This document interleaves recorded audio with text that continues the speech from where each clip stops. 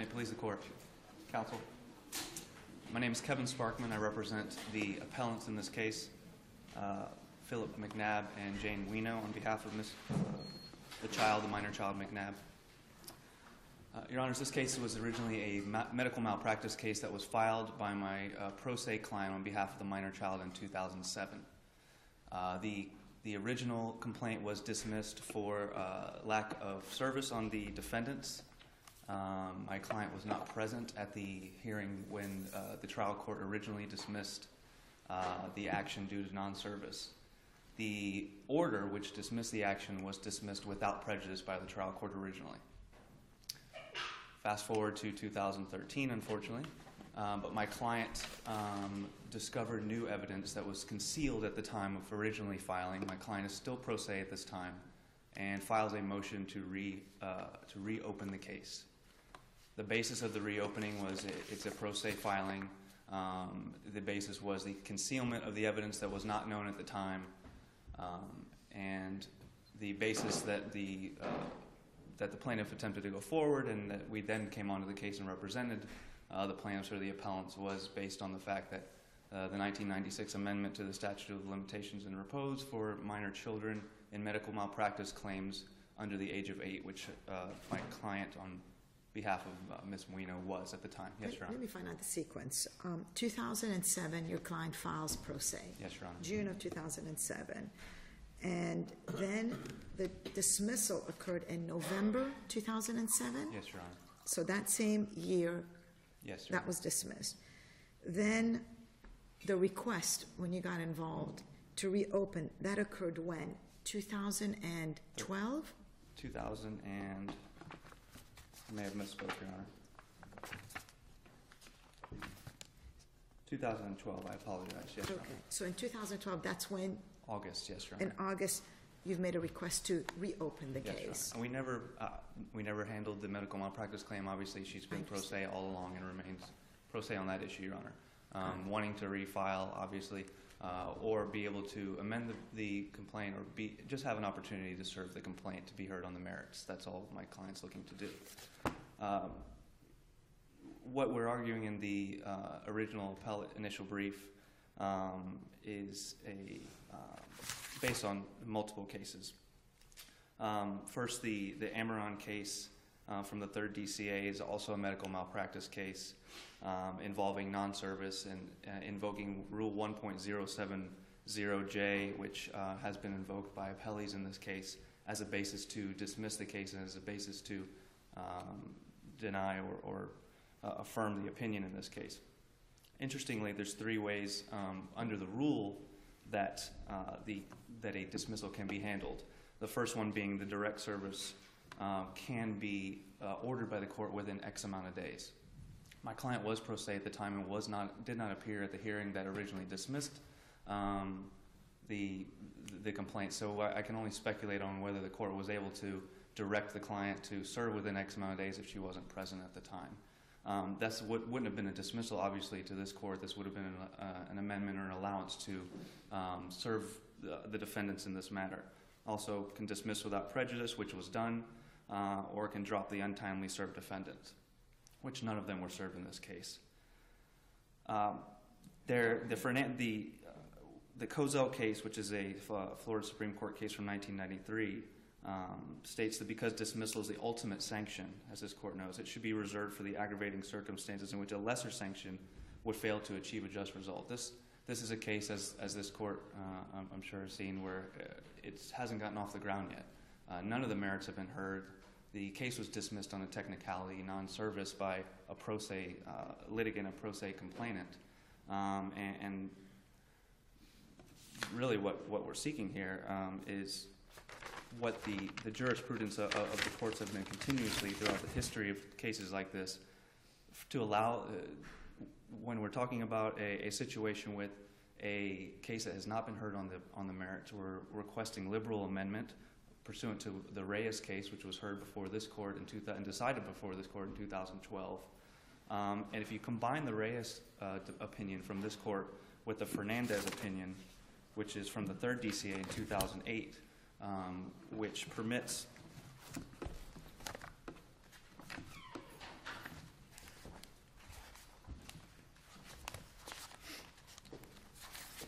which permits, Your Honors, and states and holds, in the history of jurisprudence, pro se litigants have frequently been granted leniency in technical matters. Dismissing an action with prejudice due to defective pleadings is not proper unless the plaintiffs have been given an opportunity to amend. So in Reyes, we had a complainant who was not pro se, who was represented. In Fernandez, there was a pro se litigant. Allowing a liberal amendment with the combination of the fact that we had a pro se complainant, my client was pro se at the time, is the basis for the request that this court reverse and remand, and just allow my client to serve the defendants and go forward on the merits. So the idea is, if it's a pro se client and they file and they don't serve and it gets dismissed, that the time period within which they can come back and either amend or refile is eternal because they're pro se? No, Your Honor. Well, we waited 5 years. I understand, Your Honor. Don't we have some, is it because it's a pro se client, the statute of limitations has to toll? No, Your Honor. That's based on the fact that the evidence was concealed from my client at the time. I think that's the only way that this court can hold that it's been told, and probably the only reason that we felt that we could go forward on this matter. I'm very aware of the statute of limitations, but feel that in this situation, this specific situation, which isn't addressed exactly like this in any case law, but which is why I'm taking from several different cases, is why we feel that this court can reverse and remand, just to get into the courtroom door, just for my clients to have access to even argue the fact of whether the statute of limitations So what you're asking is to be allowed to go back and argue the concealment that would then justify the filing of the complaint beyond the statute. That's it, Your Honor. Yeah, there's a sidestep that my client, I admittedly, must get by to even be heard on the complaint and go forward as a typical medical malpractice case would proceed. We fully understand that, but that hearing hasn't been held either, Your Honors. So that's all. My client is willing to litigate that matter, but it's discussed in Appellees' reply brief. Some of the issues that are involved with that concealment, and the concealment is denied. That's never been heard by any court. The court, when dismissing this action again, or when finding no jurisdiction, didn't address the concealment issue. That issue has not been brought before the court properly. There's been no evidence heard. My client has not testified at any hearing before, and that's all she's looking to do. It is a technical matter. I understand the statute of limitations issue, and we addressed that in our initial brief. But the liberal amendment and the fact that my client is pro se, we feel should just allow my client to get back in to argue this, as I said, this side issue that she wants to just kick the case off, to begin the case, Your Honors.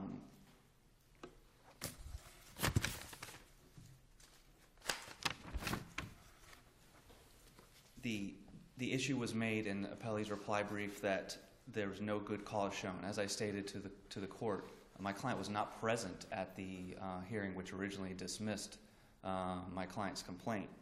Good cause obviously wasn't an issue that was brought before the court at that time. However, pursuant to the Amaron case and several other cases, even if good cause had not been shown, the trial judge should have exercised discretion and adjudicated the case on the merits. That's really what we're talking about here, Your Honors. This case has not been decided on the merits. The court could have exercised that discretion at the time and did not.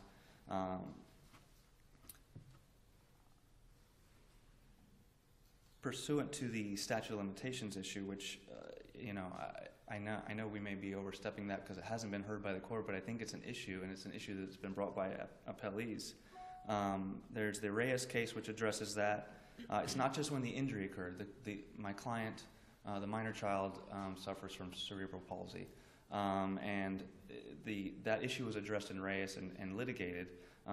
Did the injury within a reasonable probability, was it caused by the medical malpractice? Although my clients filed the complaint in 2007, the full issues were concealed from my client at the time and not known specifically it's an MRI film and a medical record to be able to proceed on this case and to bring the case, and that's why it was refiled. In Todd versus Johnson, which is a first DCA case from 2007, the defendant doctor in that case concealed the nature of the injury, which extended the statute of limitations in that case. 965 Southern 2nd 255 from 2007. Additionally, from this court, the Brown versus Ameristar Incorporated case in 2004 discussed the 1.070J rule of procedure and discusses the rule as a case management tool, not as a severe sanction, which we feel it's been used as a severe sanction in this case. There's no more severe sanction. As I open this discussion with, the most severe sanction is dismissal, which has been, although the lower court found no jurisdiction at the time, my client's case has essentially been dismissed. There's no opportunity right now for my client to have any other action before the court unless this court reverses and remands and allows to serve the defendants. So in essence, this 1.070J rule has been used as a severe sanction, which this court discussed that it should not be used as. Is the concealment that you alleged in your request for reopening the case concealment that took place prior to the filing of the first complaint? It involves the treatment of the minor child, so the actual, well, I don't know, the concealment would have been because the That's what I'm asking. Yes, Your Honor, the medical record would have been taken prior to. Why then, 5 years later, should we go back and try to reopen something because of concealment that was either known or should have been known, should have been found out?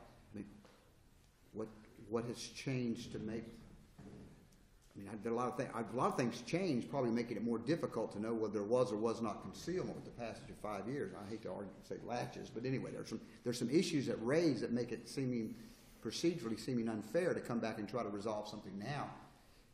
What is it? What happened that made it possible now to know there was concealment that you couldn't have known 5 years ago?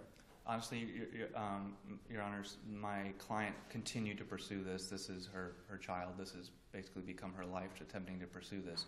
She has gone to several law firms and attempted to invoke her rights on behalf of her minor child. Through her continuous discovery process, she was made aware of these missing records and missing films at the time that she then filed the motion to reopen the case. In 2007, when the case was originally filed by my client, she was represented by Circe Denny at that time, and at the courthouse steps, they told her that we're no longer going to be able to represent you. They went through the pre-filing, everything that was necessary for my client to go through pre-filing, and then at the time of filing said that we can't represent you anymore. And that's the reason that she went forward pro se. So if that would have been discovered at the time, I guess my response would have been, I can only speculate that, but I would hope that Circe Denny would have been made aware of that at that time, and we're not. That's not in any of their records, and that's something that we want the court to hear if this court would allow a reversal and remand back, just to hear this side issue that we're discussing before Your Honors this morning. I only came onto this case in 2012, so as I stated to Your Honors, I can only go through the record and trying to find something that wasn't found before is very difficult. But I think that's the only factual positions that I can raise to this court to give some sort of satisfaction to that issue, that she was represented. Then she became pro se. She continued to try and seek representation, continued to look through the records, which are voluminous, as this court can imagine. She's a lay person. She's not a medical doctor. She is a nurse. So she had some familiarity with some of these issues, but did not discover these items. And we can go. And this issue was brought before the court in I believe it was the Reyes case. And this court discussed in the Reyes case, ultimately it may be established that the amendment will be futile. But at this stage of the proceeding, public policy favors the liberal amendment of pleadings. So we may find out that the court says, okay, that wasn't concealed, but we don't know yet. We're not in that position yet. My client's been dismissed, the most severe sanction. So we're waiting just to find out that first step. I think that is analogous. The Reyes case discusses that makes our case fall in line with that ruling from this court. So that really is partially the basis of what we're talking about here in response to your question. You're at 15 minutes. You can use your time. Thank you, Your Honor. May I reserve? I'm sorry I didn't reserve at the beginning. I appreciate it. Very fine. Thank you, Your Honor.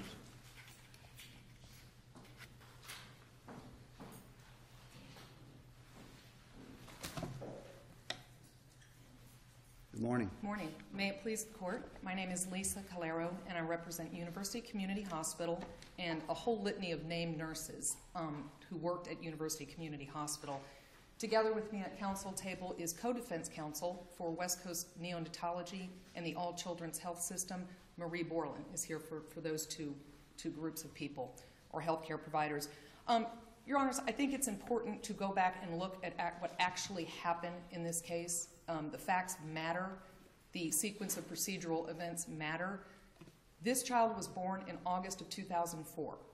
So in a few months, that will be 10 years that this young man, Charles McNabb, was born. The plaintiff, Mrs. Munayo, retained counsel, a good law firm, the Searcy Denny law firm, who also partnered with Patrick Deacle, who's also a well-known and respected medical malpractice here in the area, medical malpractice attorney. They represented her through the notice of intent, or the pre-suit process, in 2006.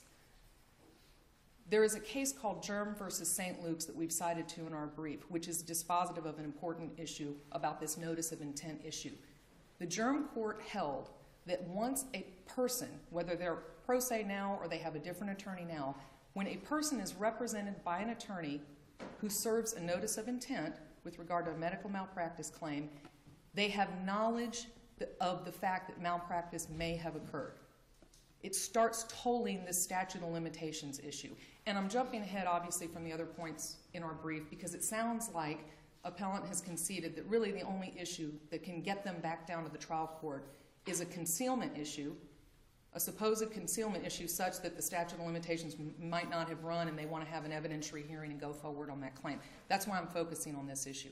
But the Germ case says that if you're represented by counsel and a notice of intent is served, there is knowledge imputed to the party that medical malpractice may have occurred. The notice of intent in this case was served on November 7 of 2006. That means the statute of limitations started running back in 2006. And that's at the latest point. Again, the child was born in 2004. Ms. Munayo is a nurse. The child was born premature, and he had issues with oxygenation during his hospitalization. That's what they're claiming all of us did wrong. All of the healthcare providers supposedly did not manage his oxygen as a premature infant, and then he developed these disabilities going forward. That core set of facts is exactly what was addressed in the pre-suit notice back in 2006. What Ms. Munayo did in 2012, 6 years later, was to reopen the case. And it's a one-page document, which is in the record. It's volume 1, page 35. And it's important what she says in this motion to reopen the case, because this is the whole basis of her concealment claim, the one claim that they think can get them back down to the trial court. She says that she wants to add to the medical malpractice case that had already been dismissed years previously, but she wanted to add some things to it. And the things that she wants to add is some new allegations. Failure to administer a surfactant therapy, clarification of documentation previously listed, failure to get informed consent. These are all things that are just different theories of the case that had been pre-suited back in 2006 and about which a complaint had been filed back in 2007. There's nothing new here. It's a new theory. It's not a new case. It's not a new set of defendants. It all stems from this premature baby's hospitalization and management of his oxygenation back in the fall of 2004. The second important part about this motion to reopen, the court treated it as a motion to reopen. It was a letter that she really just addressed to the trial judge saying, I want to add these new things. What she says in paragraph 1 is that in July of 2012, right before she filed this, she said she was recently made aware, indicating that communication between her own former counsel and herself was concealed. And the record is crystal clear that what she's talking about, because the day of the hearing that we had with the trial court in 2012, 2013, when the court found that it didn't have jurisdiction. The case had been dismissed, the trial court found it didn't have jurisdiction. She filed an affidavit of the morning of that hearing, and that's also in the record at volume 1, page 150 to 153. And in that affidavit, she admits that in November of 2006, she knew or suspected that medical malpractice had occurred. And then she goes on to explain about the supposed new concealment issue, and she talks about how a lawyer at Searcy Denny withheld records from her, a lawyer, her own lawyer at Searcy Denny. And she attaches to that affidavit a series of emails between her and that lawyer from Searcy Denny. And what those emails reflect is simply that she says, it's 2012, I want all my records back. I got some of them. I want to make sure I have all of them. She was clearly trying to move forward with her case again. The lawyer says, these have already been sent to you, but I'm going to resend them. And there's some back and forth. And then she accuses him of withholding medical records or concealing them from her. Concealment by your own attorney respectfully might create a malpractice cause of action. Maybe she can prove that the Searcy Denny firm didn't do what they were supposed to do, or they didn't represent her properly back in 2006.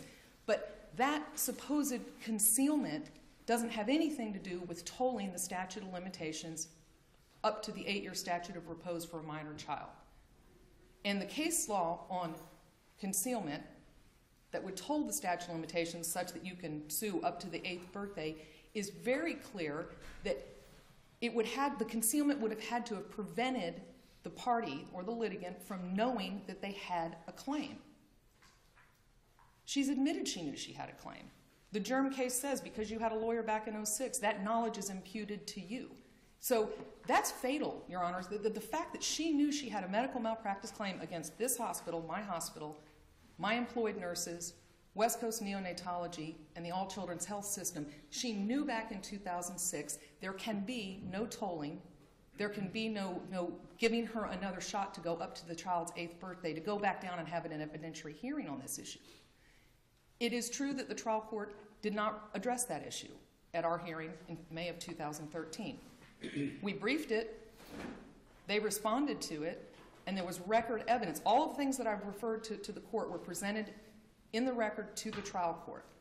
So although the trial court didn't reach the issue, the trial court said, I'm without jurisdiction. This thing's been dismissed since 2007, and it was final, and I can't do anything to reopen your case. But if the court had issued an alternate ruling on the record evidence, the finding would have been that the statute could not be tolled because of these things that are absolutely not in dispute. Under the Tipsy-Coachman doctrine, this court can affirm on that alternate basis because there is record evidence indicating that she knew about the claim, she was represented during the pre-suit process, a complaint was filed, and to come back 5 years later, as Your Honor accurately points out, and just say, I want to reopen because I've got some new theories, and I'm also angry at my prior lawyers because I think they withheld documents from me, that is not a basis under any case law in Florida to send this case back down to the trial court and start a whole new flurry of activity with evidentiary hearings that have no basis in fact. I don't think I need to address the issue of whether the original order back from 2007 was final because I think that Appellant has conceded that. If Your Honors have any other questions, I'd be happy to answer them. But that's really the long and short of our opinion or our position on this case. And we're asking that you affirm the trial court's decision, either on the basis that he stated or under an alternate basis as briefed. Okay. Very good. Thank you. Thank you.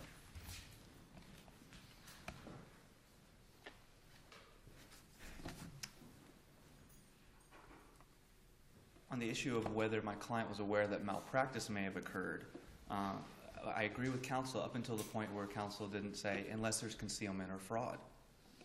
If there's concealment or fraud, our position is that tolls the statute of limitations and the statute of repose for my client to be able to amend or to be able to serve and have this case heard. I suspected, well, I'll start with my client's motion to reopen, which was addressed by... Let me ask you about that. If based upon the information that she had, she thought there was a malpractice action,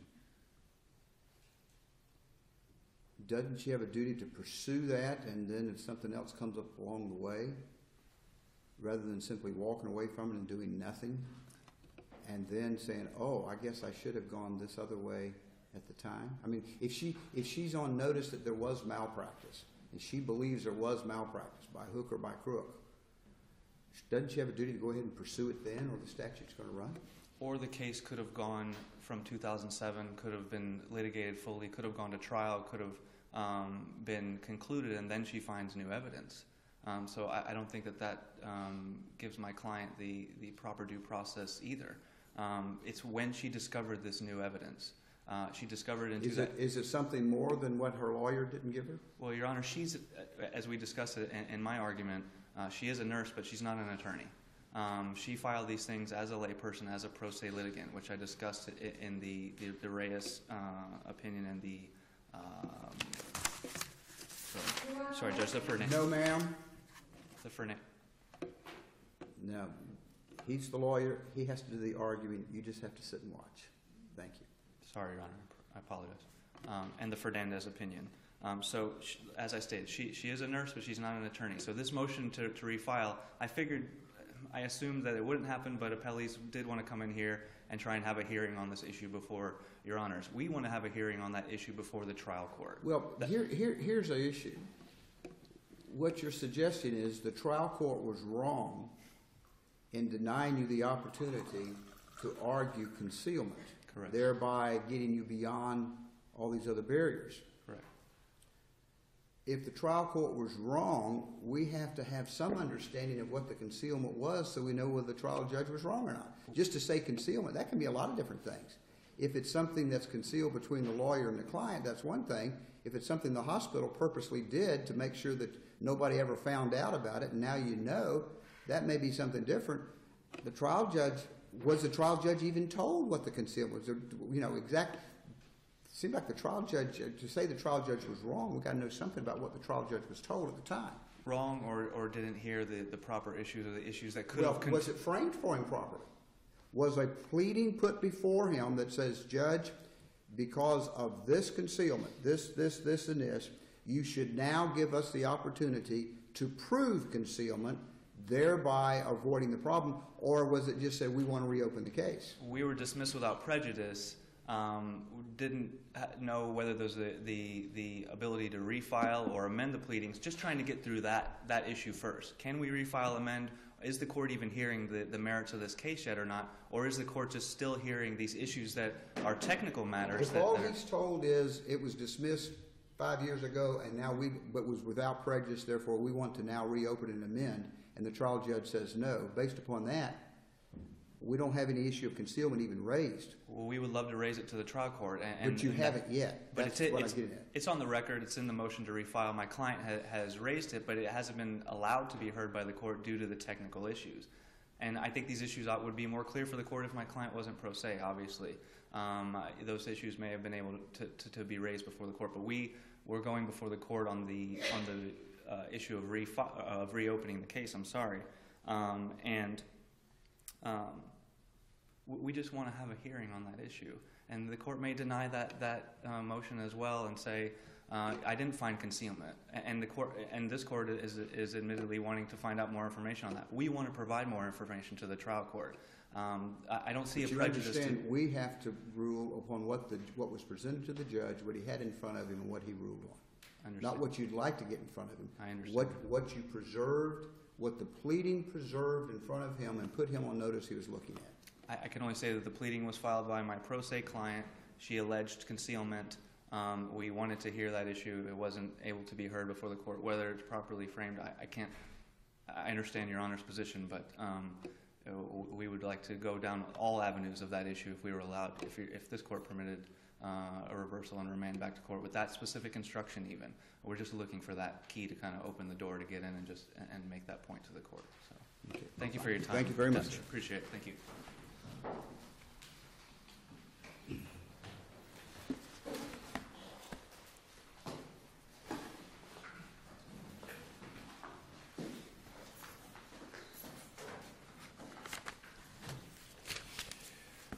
Okay. Another one? Back to another one? Okay. Torres versus McGinnis.